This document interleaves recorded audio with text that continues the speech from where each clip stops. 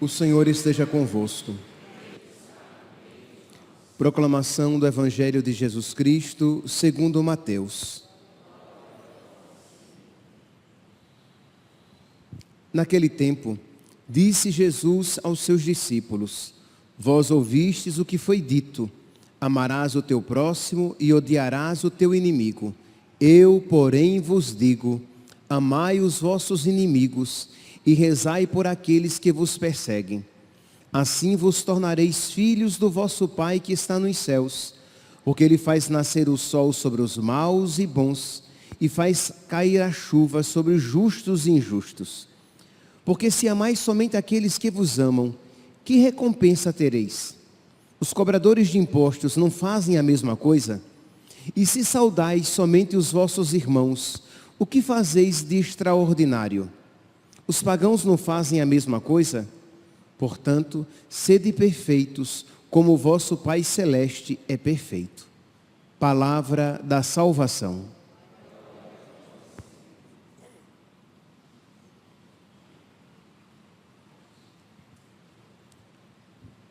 Caríssimos irmãos e irmãs, a exigência que hoje o Evangelho nos faz é sobre-humana.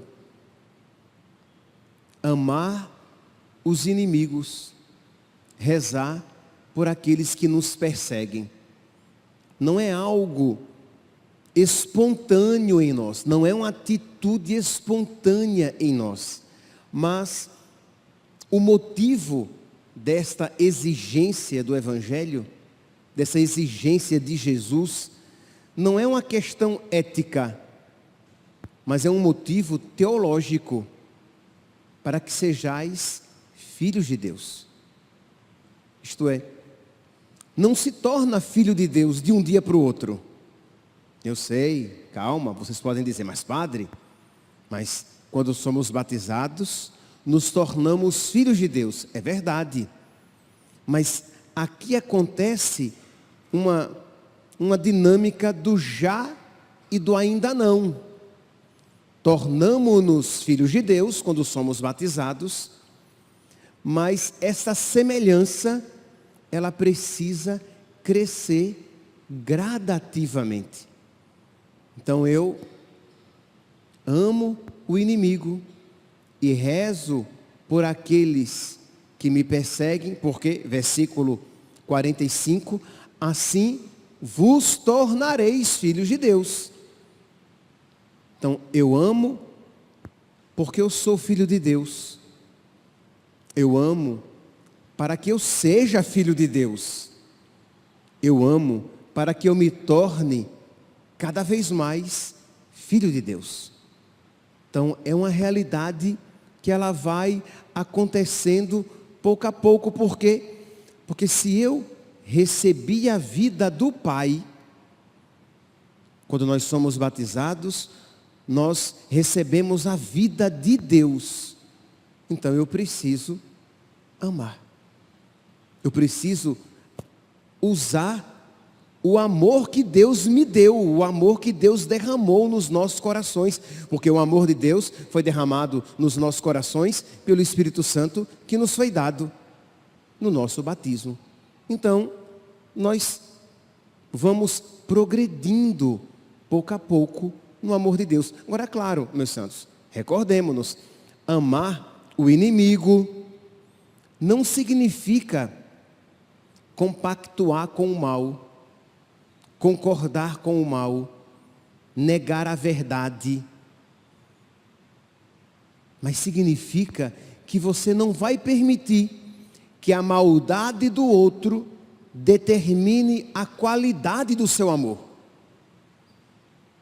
Isso é uma liberdade espiritual. Quando você não é mais uma pessoa simplesmente reativa. Então, se me tratam bem, eu trato bem. Se me amam, eu amo. mas se me tratam mal, eu trato mal. Mas aqui, você é um joguete. Você é uma pessoa simplesmente reativa, você reage. Você não age no Espírito Santo. Então nós precisamos tomar essa consciência e pedir a Deus, Ele que veio para nos dar a liberdade plena, perfeita, que sejamos livres, livres para viver como filhos de Deus, procurando amar o inimigo e rezar por aqueles que nos perseguem, que nos faz o mal. Tempo da quaresma, então, meus santos, é este tempo de uma purificação no amor. É um tempo em que nós iremos parar e nos perguntar como é que está o meu coração.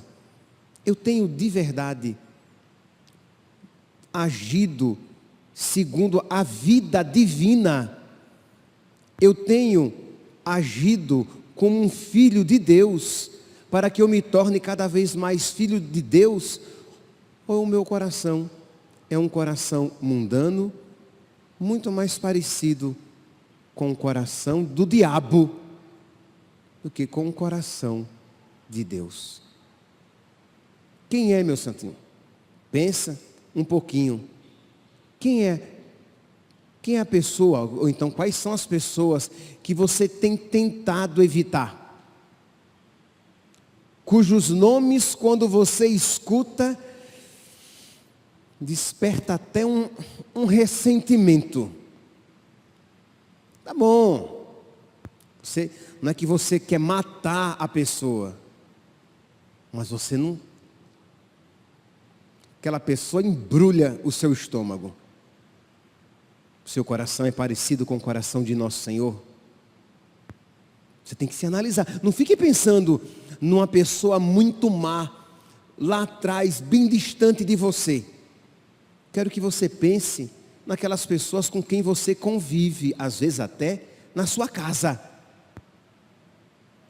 Isto é, você tem amado, tem se esforçado. Lembre, quanto mais você se esforça para amar o inimigo, para amar o não amável, para amar as pessoas desagradáveis, mais você se assemelha com Deus. Porque é assim que Ele ama. Ou você acha que você é amável, é agradável? Não. Os nossos pecados nos tornam repugnantes a Deus. Mas Deus faz nascer o sol sobre os bons e os maus, e cair a chuva sobre os justos e os injustos. Não foi isso que nós ouvimos no Evangelho de hoje? Então com quem queremos ser parecidos? De quem queremos ser filhos? De Deus ou do diabo? Sim, lembre-se que Jesus disse isso para os fariseus, né? Disse: o vosso pai é o diabo. Por quê? Porque aquilo que os fariseus carregavam no coração não se adequava com o coração de Deus. O que é que nós carregamos no nosso coração? Ah, padre, mas aquela pessoa me magoou muito. E é exatamente a respeito dessas pessoas que o Evangelho fala, das pessoas que lhe magoaram muito, que lhe fizeram o mal, ou que continuam fazendo mal a você. E você vai pedir a Jesus: Jesus, manso e humilde de coração, fazei o meu coração semelhante ao vosso. Você vai pedir um amor semelhante ao de nosso Senhor. Então vamos lá. Vamos rezar por aqueles que nos caluniam, por aqueles que nos perseguem, por aqueles que nos fazem o mal. É uma realidade que às vezes instintivamente nos esquecemos. Nós rezamos pelos nossos pais, os pais rezam pelos seus filhos, rezamos pelos nossos amigos, rezamos pela conversão dos pecadores. Uma coisa bem genérica.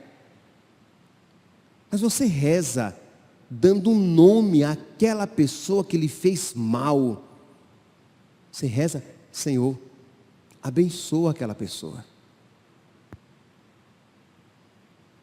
Dá-lhe, Senhor, a graça de te conhecer e de te amar. E concede-lhe, Senhor, já aqui na terra, uma vida em paz. Às vezes, a nossa oração tem um quê de vingança. Senhor, castiga aquela pessoa, Senhor, para que ela veja o mal que ela fez e se converta. E vá para o céu. Mas castiga! Existe um quê de desejo de... Mas depois leva para o céu. Mas não é assim que você reza para você, né?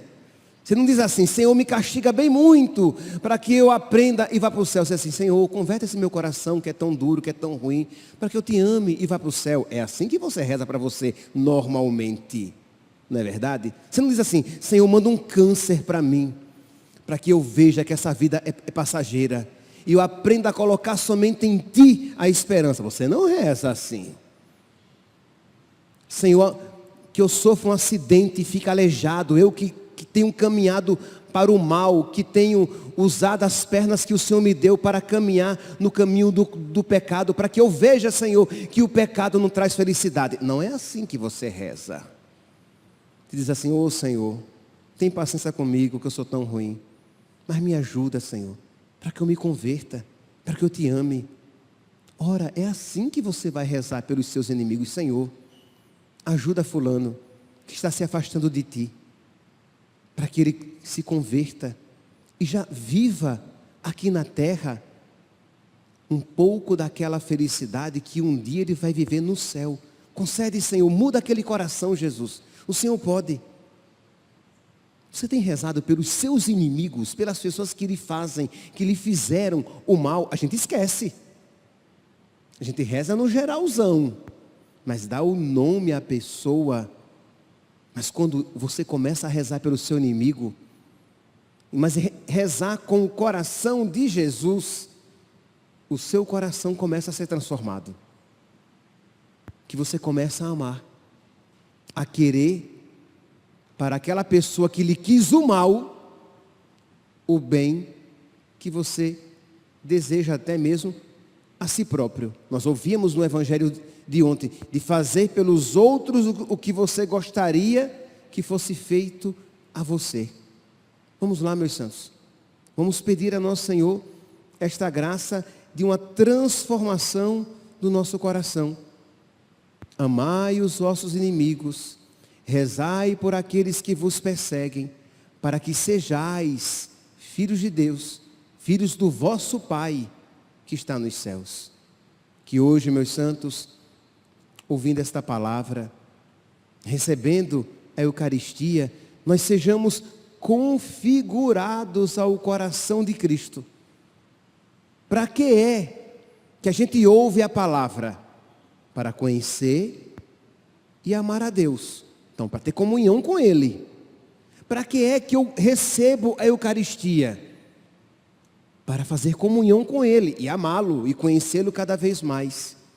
Pois bem, Jesus, com quem queremos fazer comunhão, por meio da palavra e da Eucaristia, no alto da cruz, rezou por aqueles que o crucificavam. Pai, perdoa-lhes, eles não sabem o que fazem. Imagina, ele até desculpou. Eles não sabem, Pai, o que fazem. Isto é, Jesus não disse assim: Senhor, eles estão fazendo essa maldade, perdoa. Eles sabem que estão fazendo essa crueldade, perdoa. Não, Pai, perdoa. Eles nem sabem o que estão fazendo. Isto é, um amor tão grande que quis inclusive desculpar aquela maldade que eles estavam fazendo.